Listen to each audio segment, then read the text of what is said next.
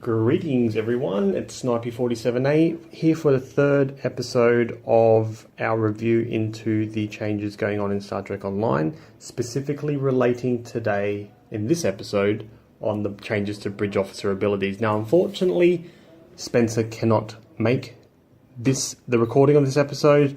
It's got something to do with his dog. It seems to have developed an appetite for breaking into the bathroom at his house and eating the nice brown eggs that his cat lays. So it's good training from Spencer on his dog there. There's a picture up on screen, beautiful animal.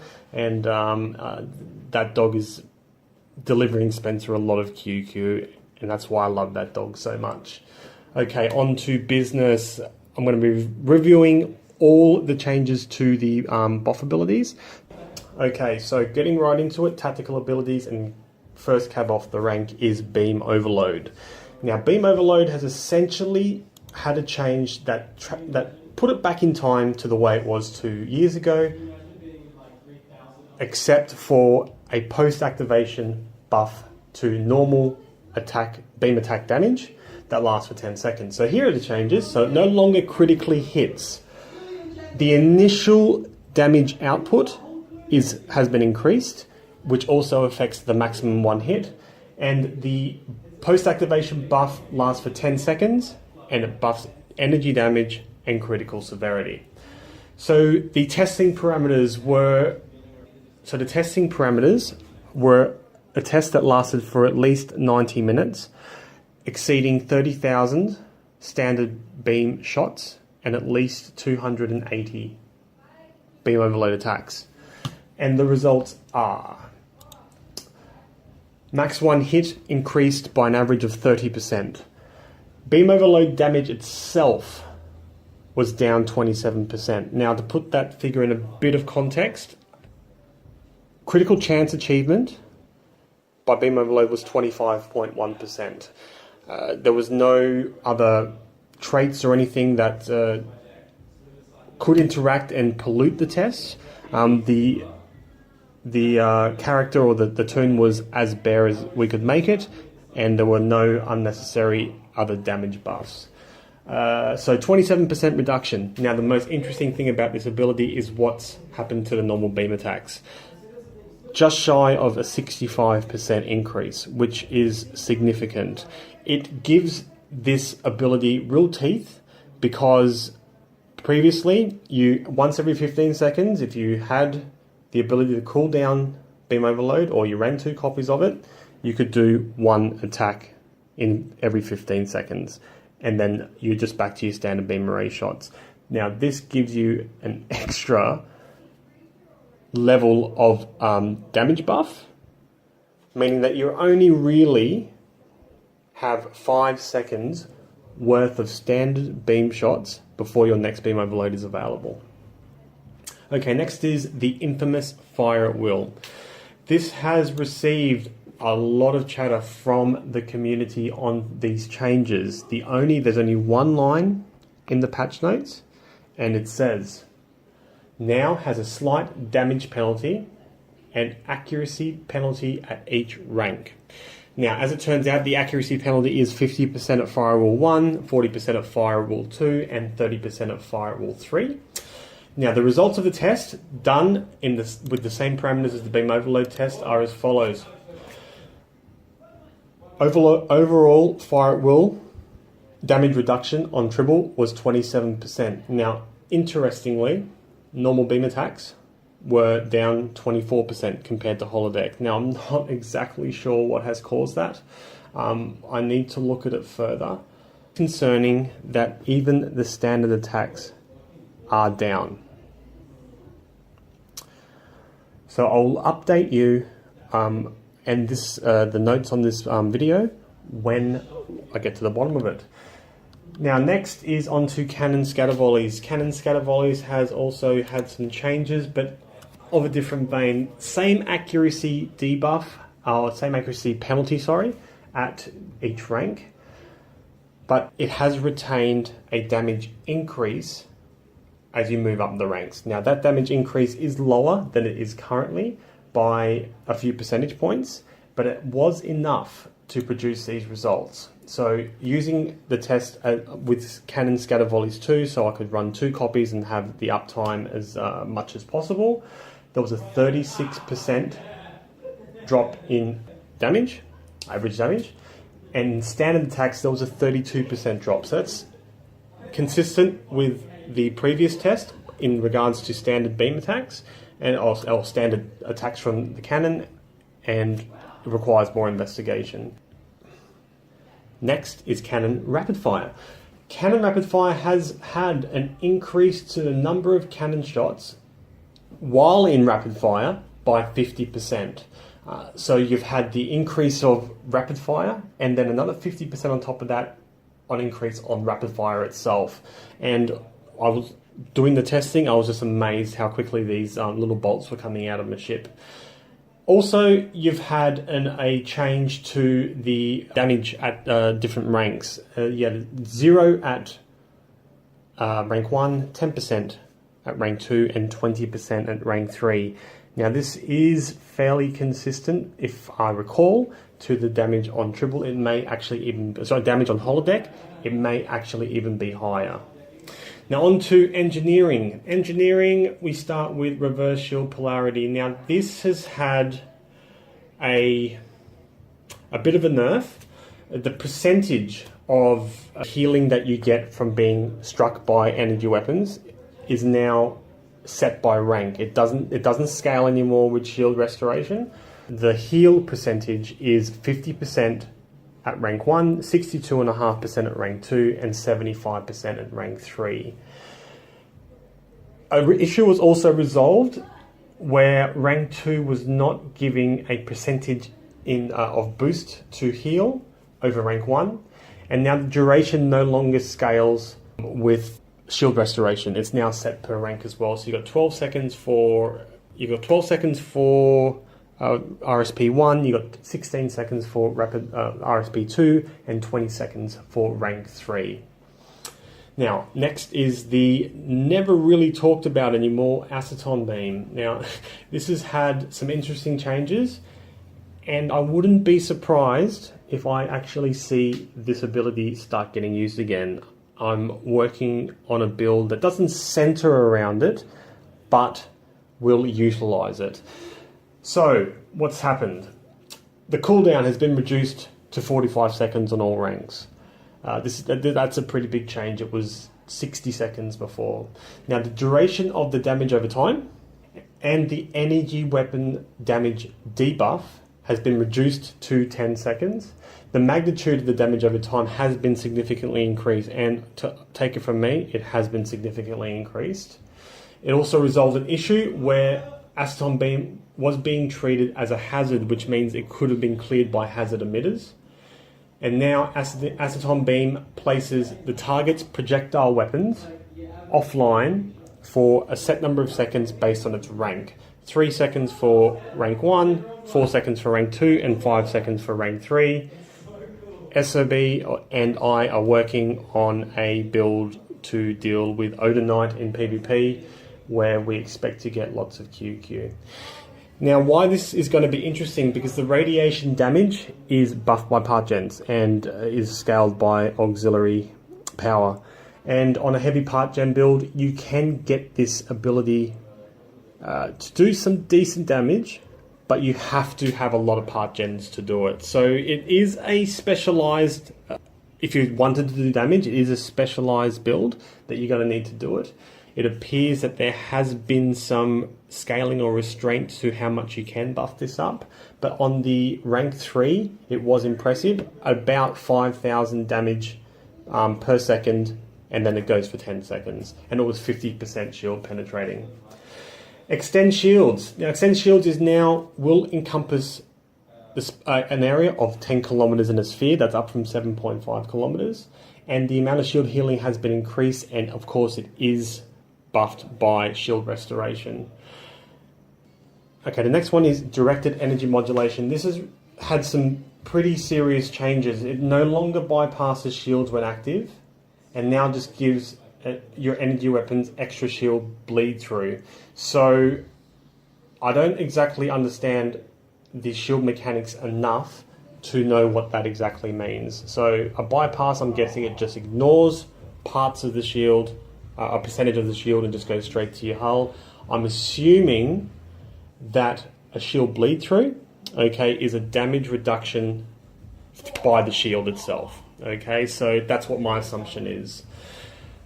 Now onto auxiliary aux to damp, or auxiliary to inertial dampeners. That has had the same treatment that the resist consoles have had, where you activate it and you get a kinetic damage buff and a physical damage buff as well. There is also a duty officer that will add 40, at the purple rank, will add 40 energy damage resistance as well. And of course you still get the speed and turn rate increase. The next one is the seldom used boarding party.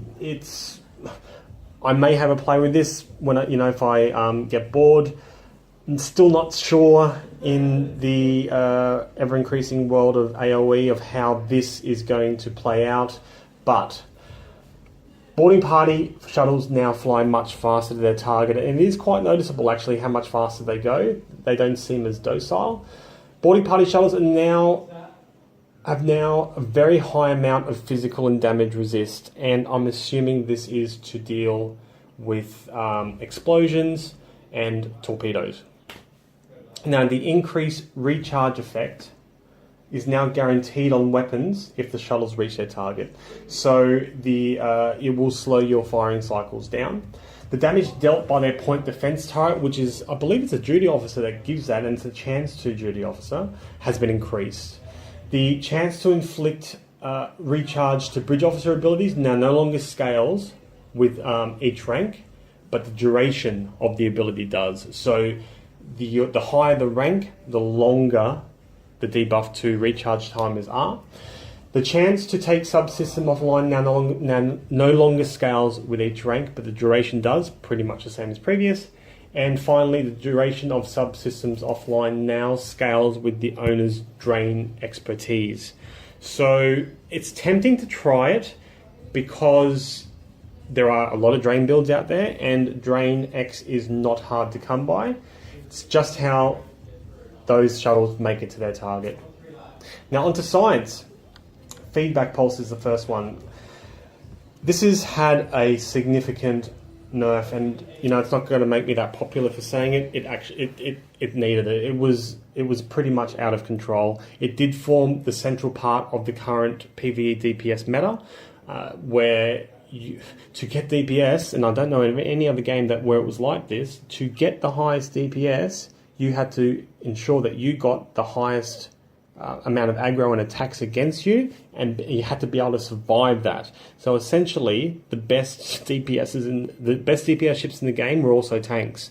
So yeah, I'm really, really glad to this change. So what has happened? The damage reflection will never critically hit, and the percentage of the damage no longer scales with damage bonuses. So basically, a TAC running heavy part gens can't use its Cat 2 damage buffs to buff the damage it receives and send it back. The percentage reflected is now capped by rank: 50% at rank 1, 75 at rank 2, and 100 at rank 3. Now, just to give you a bit of perspective what that was like for my build, and my build was pretty much a meta build. It had 5 part gen plasma explosion consoles on it, and sitting there without anything buffed with rank number 1 ability, it was going to reflect back 120% of damage. So when I buffed myself up and had higher aux power and all that sort of stuff, it was reflecting over 200% back, no problem. And then it was buffed by the trait from last year's anniversary ship. Now, early indications pretty much suggest that this is the current meta is dead, because feedback pulse damage is now a tiny bit of what it used to be. Okay, now on to hazard emitters. It now additionally cleanses damage over time effects, which is handy, and I can't wait to do some more investigation with it, because there are damage over time effects from sources other than science. There's namely engineering, like with structural integrity collapse and that sort of thing. It'll be interesting to see if it cleanses that. So we'll keep you up to date. Transfer shields and science team have had a slight shield healing decrease. I don't know exactly what that means for transfer shield strength. I haven't used that ability in a couple of years, and I only ever had science team on my build to clear science debuffs. So it's my main shield heal was reverse shield polarity, and I still think that's going to be good, but you need the duty officer to extend the time for that and get the most benefit from having it active. Tychon's Rift is the next one. Now this is, I believe Tychon's Rift is going to be a source of a bit of controversy.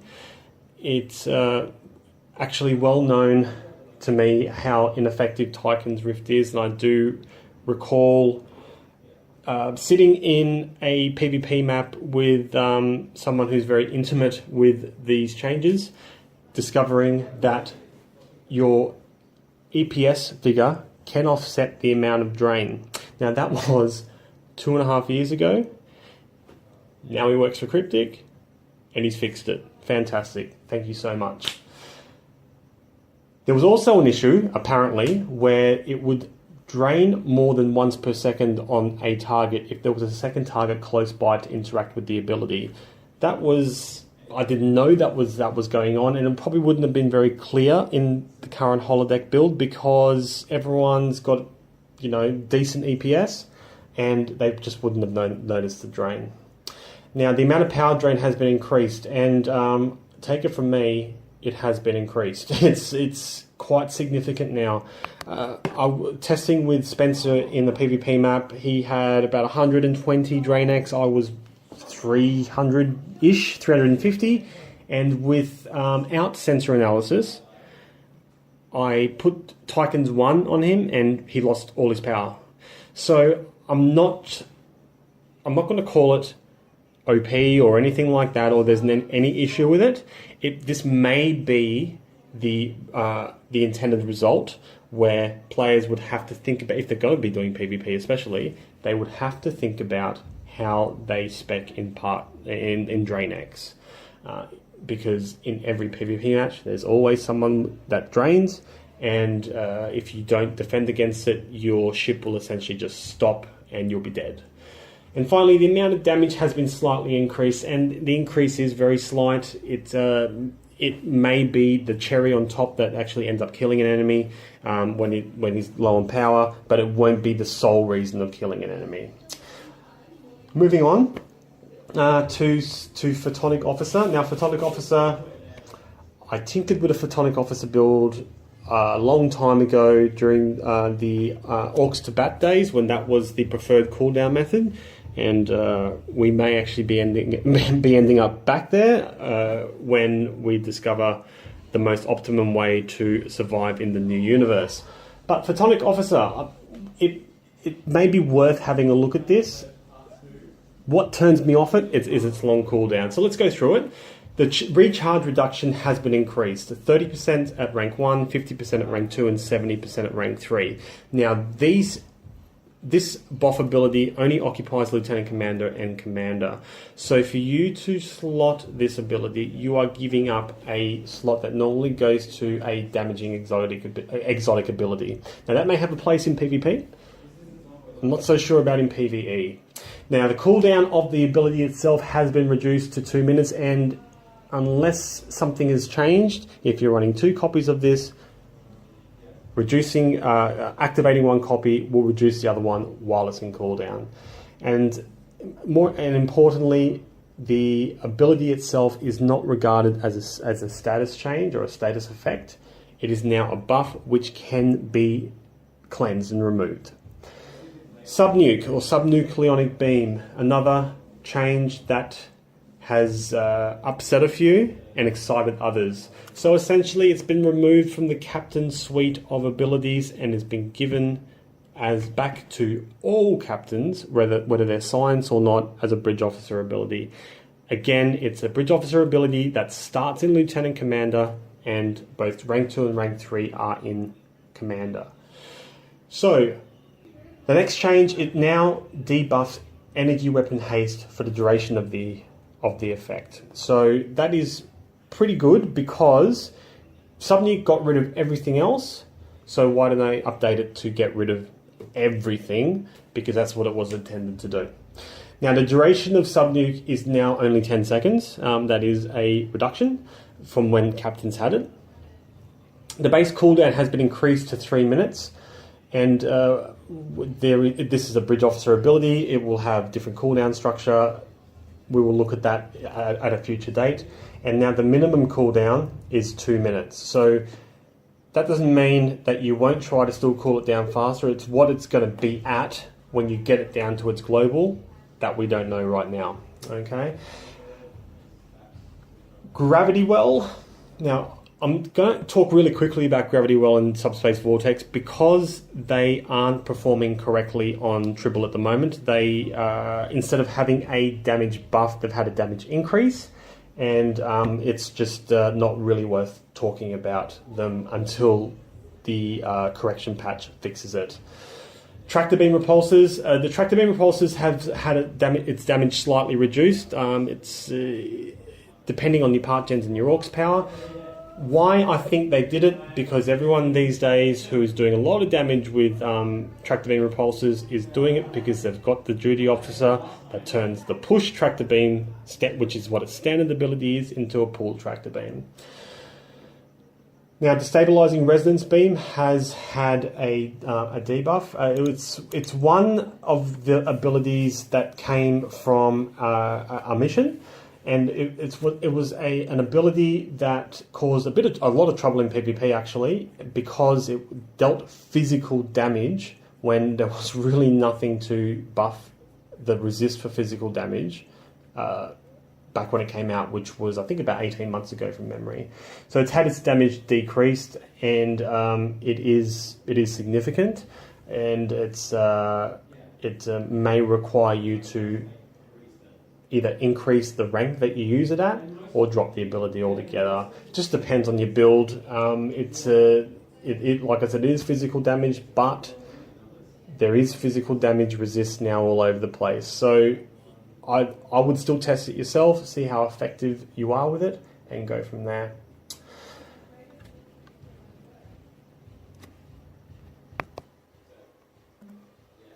Next up is Photonic Shockwave. Now, the Photonic Shockwave damage has been increased, and it has been significantly increased actually. Deals kinetic damage, scaled by EPG or part gens, and by auxiliary power.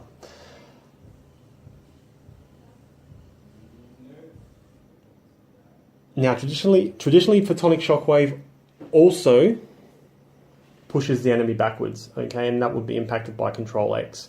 The interesting change on this is that the Photonic Shockwave itself gives a debuff to kinetic resistance for a short duration. So a combination that I immediately thought of is using Photonic Shockwave and then firing off a torp straight away, like a buff torp straight away, like a torp spread or a high yield or something like that. So now onto some temporal abilities. These have had some big reductions and have had consideration for PvP, which is very, very good to see. So recursive shearing. Recursive shearing has had a big impact on the DPS community, and not so much in the PvP community, but in the DPS community, because when used strategically, it does a lot of damage and a lot of max one hit damage. So the changes to it is that the damage reapply has been reduced. It's 15% at rank 1, 22.5% at rank 2, and 30% at rank 3. Now, at rank 3 currently on holodeck, it is a 40% return. And now the base cooldown is 40 seconds, up from 30, so you can't activate it as often, and you have a reduction to what it can do. Next is Rapid Decay. Rapid Decay has had its damage decreased. They didn't touch the resist debuff on it, which I found interesting, because at rank 3, its damage resist debuff can approach 70%. they have halved the damage it does against players. And that's pretty much for it.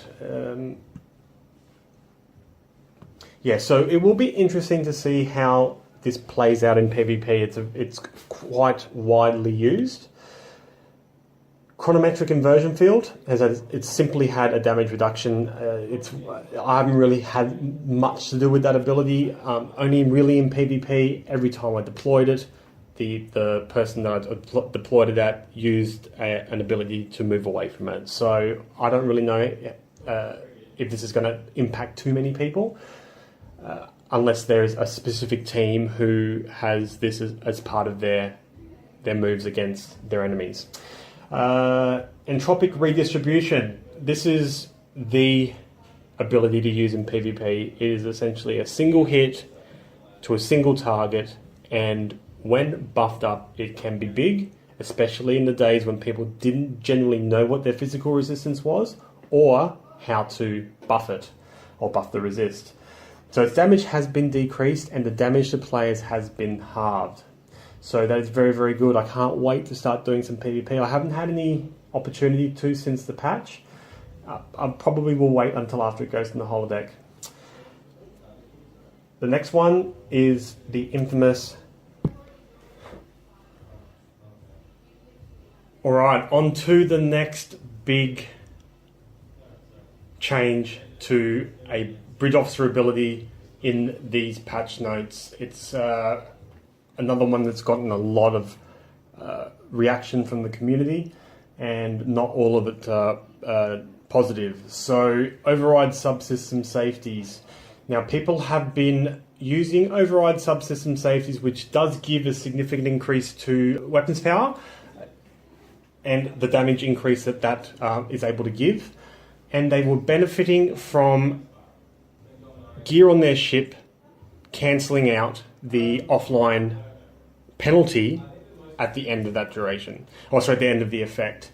And Cryptic have now made it so that it can no longer be resisted or removed.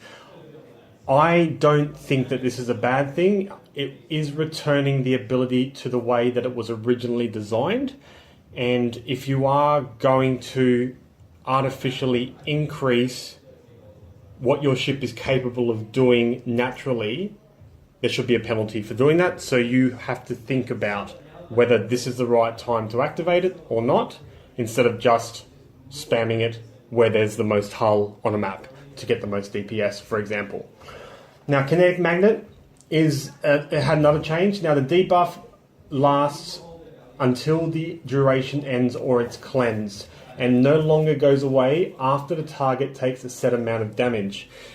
Now, as you can see, Spencer and I did some tests on it with mines, okay? So we didn't have another target to shoot a destructible torpedo to, so we just used mines. And the distance that it would start drawing the mines to it is a bit less than what the ability suggests. My ship had to be within 2.5 kilometers, it's within 2.5 kilometers towards 3 kilometers, because the mines end up deploying over 3 kilometers. Now, if I was further back than that, 3.5 kilometers to 4 kilometers, the mines did not move.